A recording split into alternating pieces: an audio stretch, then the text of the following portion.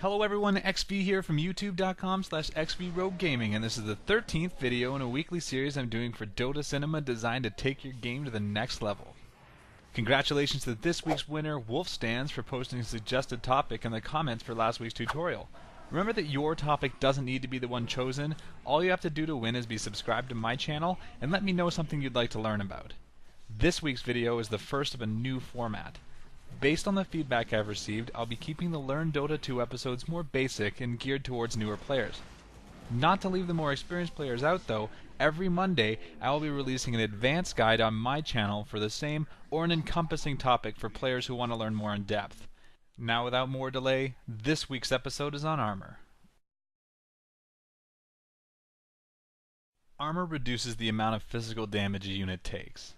The higher your armor value, the more it reduces.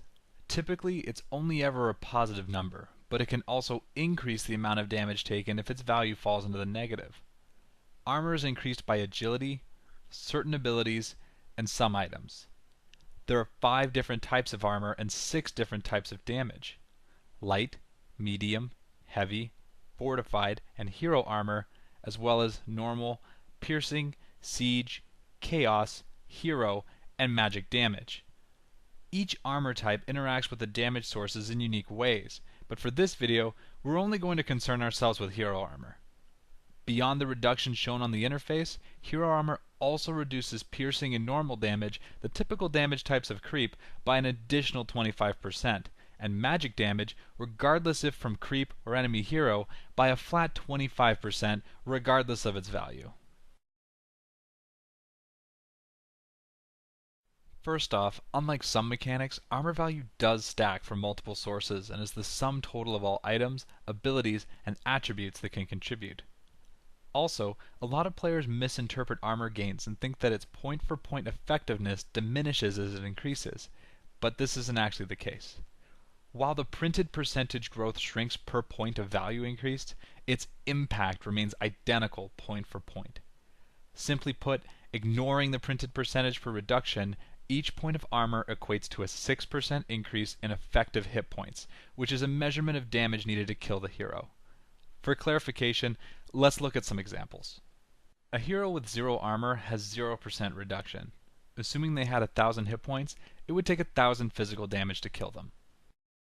Now let's add 10 armor, granting a 37.5% reduction.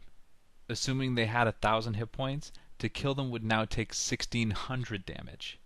This is a 60% increase in effective hit points, and because of using even numbers, works out to 600 EHP gained.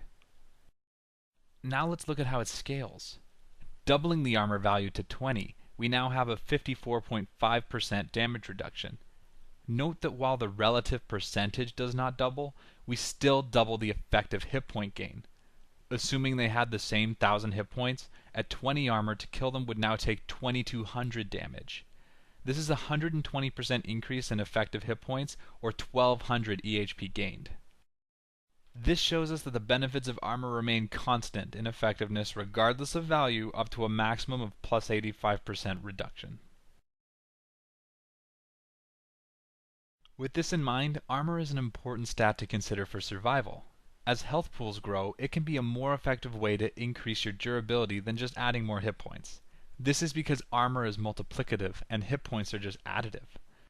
For example, our hero from before with 1,000 hit points and 0 armor will gain 12% EHP or 120 effective hit points by buying a Ring of Protection, whereas a Gauntlet of Strength would only be worth 5.7% EHP or 59 effective hit points.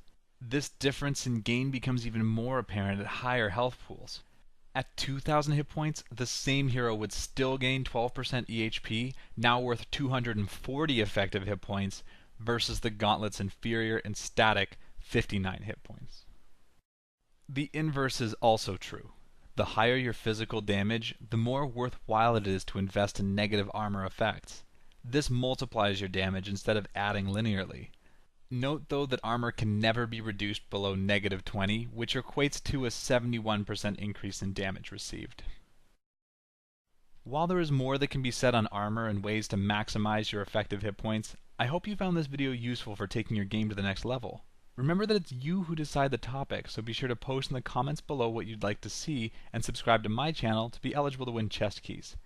As always though, if you like this video, please thumbs up, share, and join me on Monday on my channel for an advanced guide to armor, as well as other exclusive content and contests. Until next week, this is XV, signing out.